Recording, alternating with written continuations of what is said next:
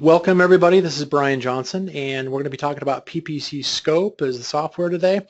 And the topic of this week is going to be what I look at as far as the big three. This is basically the way that I look at campaigns and advertising accounts initially. It's also what my staff in the agency does. And so we'll jump in here and we'll just talk about where do I focus my attention, the first three things that I focus my attention on. Now there's a lot of reports and individual metrics and stuff that are available in PPC Scope, and we are working to try to make those presented more clearly to flow better, especially for those who are just learning how to run the ads and to really get control of optimization and mastering their campaigns. But here's where I start. Every single time I'm looking at a new account, the first thing that I'm going to look at in PPC Performance Summary, this is the dashboard. When I first look at an account, I'm going to look at two date ranges. One is what's the long range that I have. In this particular account, this one's been running since middle of August, and so I went ahead and changed this, and this is not an interactive screen because I had to do some hide some account information, so this is an image that I'll walk through. But what I changed initially is the date range. I set it for the longest range of data that I had stored in PPC Scope to date, and what I'm looking at is the overall trend. And I'm going to look at things like, I'm going to make changes to the selectors for spend and profit. I'm going to change that over to things like what impressions that I've had over time, what clicks I've had over time, the click-through rate, the conversion rate that I've had over time, so that I can monitor as far as am I trending up, trending down, am I going the right direction with all of my advertising in general. Okay. The second thing that I'm going to do, or actually say the first thing is setting the long range date range. Second thing is to compare use the line graph to check some of the overall metrics. The third thing, and one of the things I will mention, is that this particular test account, I haven't put in the sourcing costs, for the product, and so it's showing that I do need to add in these. The system has various profit calculations, and I'll show a couple of those before that you may not have been aware of, that are going to tell you as far as how profitable your advertising actually has been based off of your sourcing costs. Now those are going to be average sourcing costs. It's not interactive with Amazon or any kind of shipping company in order to pull in dynamically, but it is going to use the average sourcing costs that you have, sourcing and selling costs that are in the product cost detail page that you set up in your account, and I recommend you do that. That's the products tab on the left-hand menu, and I set that up so that making sure that all of the profit calculations are accurate, so I've got a better, more realistic view of what's going on with my campaigns. So I've set my date range to long range. I've looked at my line graph in various forms, including my spend and profit, as well as impressions, clicks, making changes to these drop-down menus so that I can see how different metrics trend over time across my account. And then within the products table, I'm going to look specifically at my click-through rate and my conversion rate. I'm going to look at the click-through rate and the conversion rate. The click-through rate is going to be the front end of my sales funnel. This is where we're attracting shoppers in order to come and get to our product. Basically, we want our ad to show. We want shoppers to search for their terms on Amazon and then see our ad, and if they assume they see that it's relevant to what they're looking for, they're going to click through on our advertisement to come to our product detail page. The click-through rate is going to be an indicator as far as how well our ads are connecting with shoppers who are searching for our product. Now at the product level, like we're kind of looking at a very high level view here, but we can see where our ads are doing better or worse based off of the click-through. How well are we getting shoppers in the door of our store? In the case of like this first one here, a very low click-through rate of below 0.3%, generally 0.2% is a red flag for me, but the ones I'm looking for that are more healthy are the ones above 0.4, for instance. So I've got a couple of them that are 0.44, And I've got, a couple of them that are down in the 0.2 range. So the ones that are below 0.2, 0.3% on average are ones I'd be a little bit concerned about. The ones that are above 0.4, the ones that are the ones that are more healthy, where my ads are resonating better with shoppers, and they're coming through to my product listing. Now, once I've got the shopper through the door onto my product detail page, I'm going to expect that my conversion rate, my CVR, I see that I've got some ranging anywhere from 1.46% conversion rate on up to, it looks like about 6.14. So depending on the product, like a product that has a lot of variations, a lot of different styles, different sizes, different patterns, different colors, that type of thing, those are generally going to have a lower conversion rate anyway, because shoppers are going to be more distracted by the choice.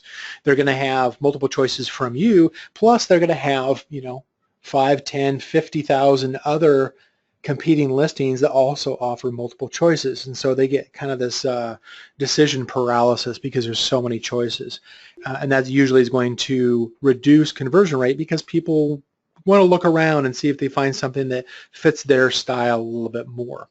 So any kind of style selection that requires them to make an extra decision is going to slow down their conversion rate, therefore you're going to have a lower conversion rate. But generally, I'm still going to want to expect to see at least a 5%, generally like a 5 to 10% conversion rate for my product.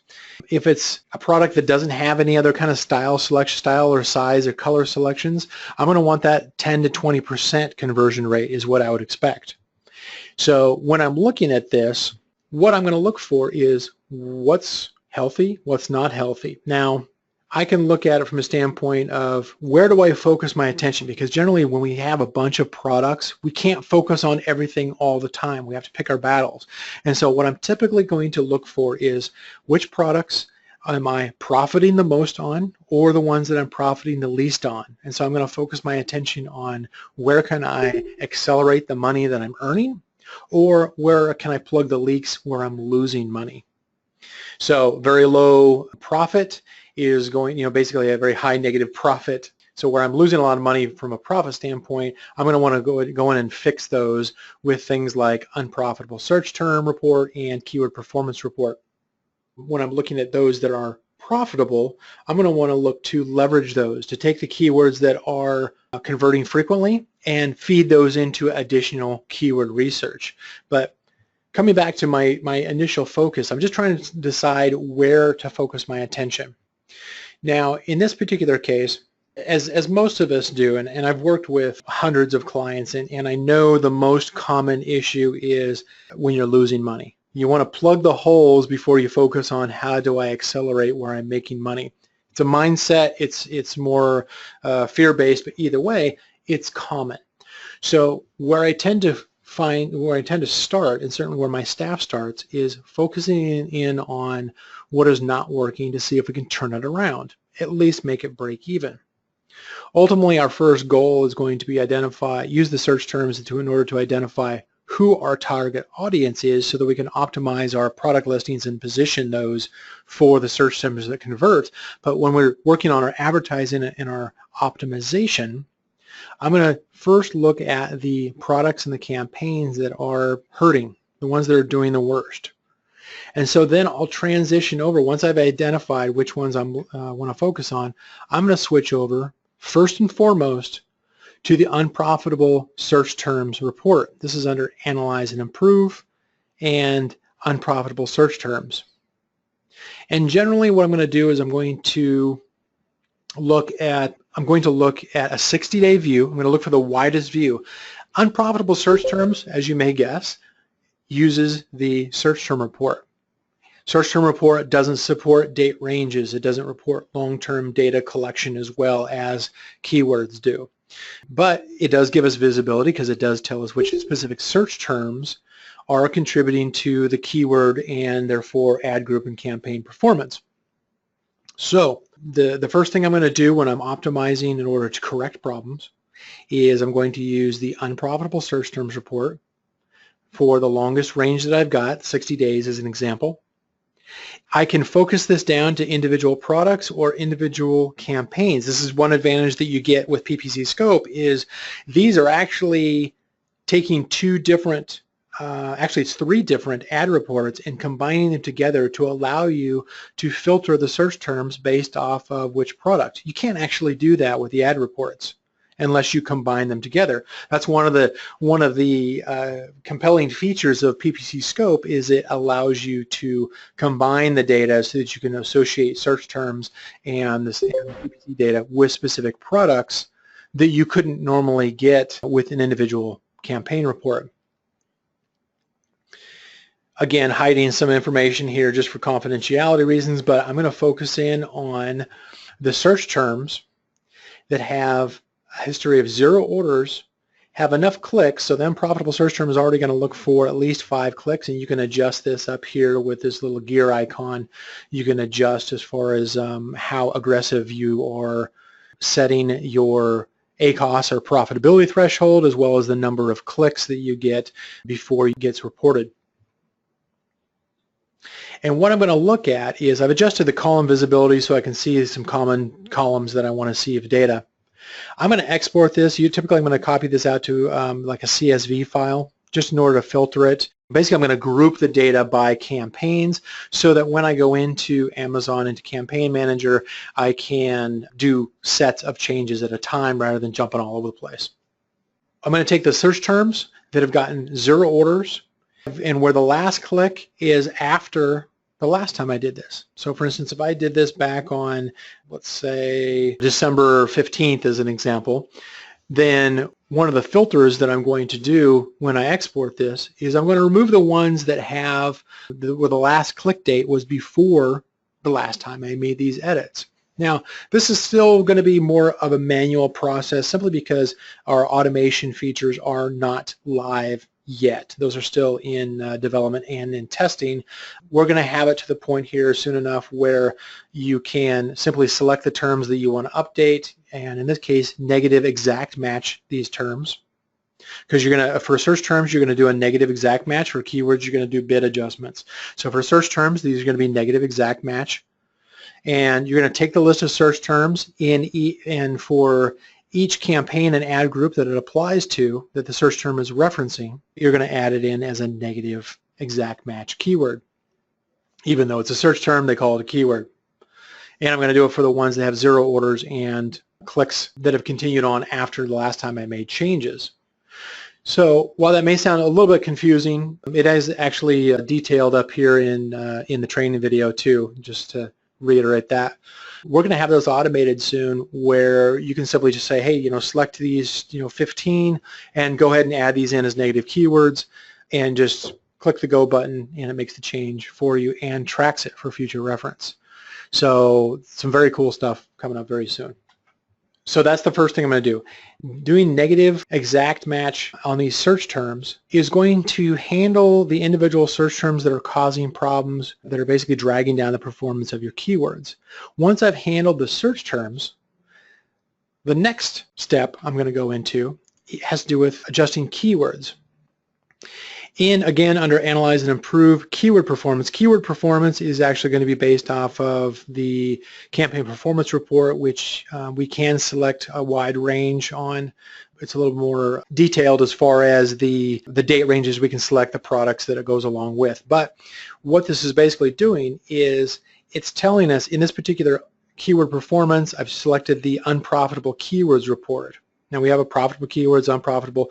Profitable is going to be based off of the product cost settings that you've put into your product, and so it is going to be doing a calculation based off of what your break-even profit margin is for each product. That's where the profitability comes into play. So it is a case where you can have sales, but it may not be profitable from an advertising standpoint based off of the cost of your product. So the unprofitable keywords report allows you to see things as far as ones that have gotten a lot of clicks, ones that have gotten orders, yet may not have a positive net profit value. Now, one of the things that we set up on this is, and it's kind of been a hidden feature for a while, but we're just now going to be talking more about it and actually publishing what the update is.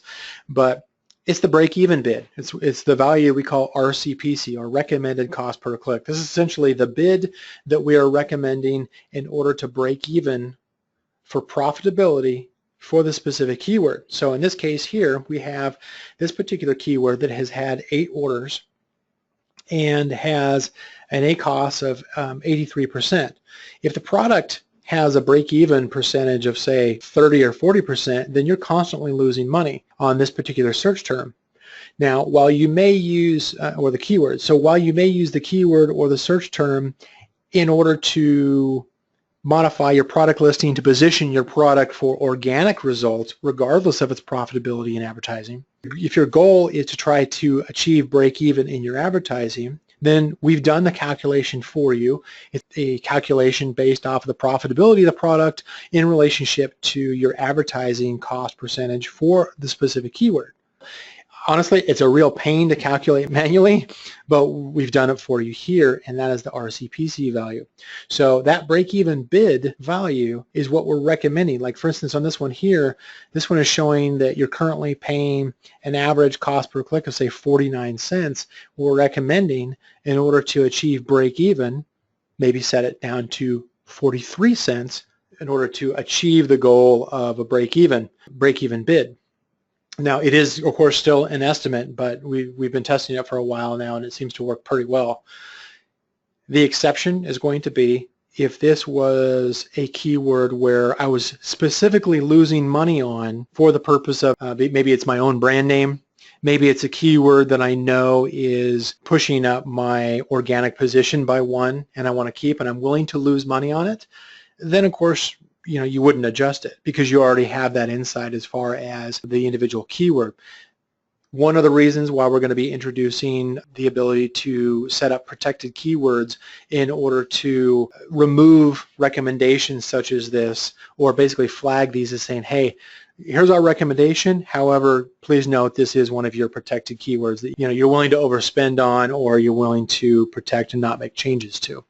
But this is available as far as the break-even bid amount. This will help you to adjust your bidding and actually know approximately where to set your bidding in order to achieve that break-even. This is something, the setting of the break-even, again, is going to, it's been very successful from our agency standpoint. We've been using it a lot more recently, and it's worked out very well. But it does require you to handle those unprofitable search terms first before you start making modifications to the bid on your keyword. Otherwise, you're not really adjusting the correct thing in the right order. I think that's kind of the big 3 right there. So just kind of recap. Looking from a dashboard, looking at the long-term history, and maybe even adjusting this for the most recent week or most recent 2 weeks in order to see how well my campaigns are doing, as well as including profitability and my click-through rate and my conversion rates for each product. I can also do this, by the way, at my campaign levels too. But generally, I focus in on the products. I decide where I need to focus my attention. Generally, it is going to, in this example today, we're focusing in on those that are losing the most, that are the least profitable. And then I'm jumping in, I'm handling the unprofitable search terms first, adding those in as negative exact matches into the matching ad group. And then moving on to adjusting bids, adjusting keyword bids to a break-even amount so that I can bring my ad costs back in line. So that's it as far as the presentation. Those are the big 3 of my focus as far as optimization goes. Well, I appreciate it. Thank you very much. Hopefully you all know that anytime you have any kind of question or suggestion for the software, of course we do have the PPC Scope user group on Facebook. We also have our support team that's always very responsive at support@ppcscope.com. And I look forward to seeing you in future training sessions. Thank you very much, everybody.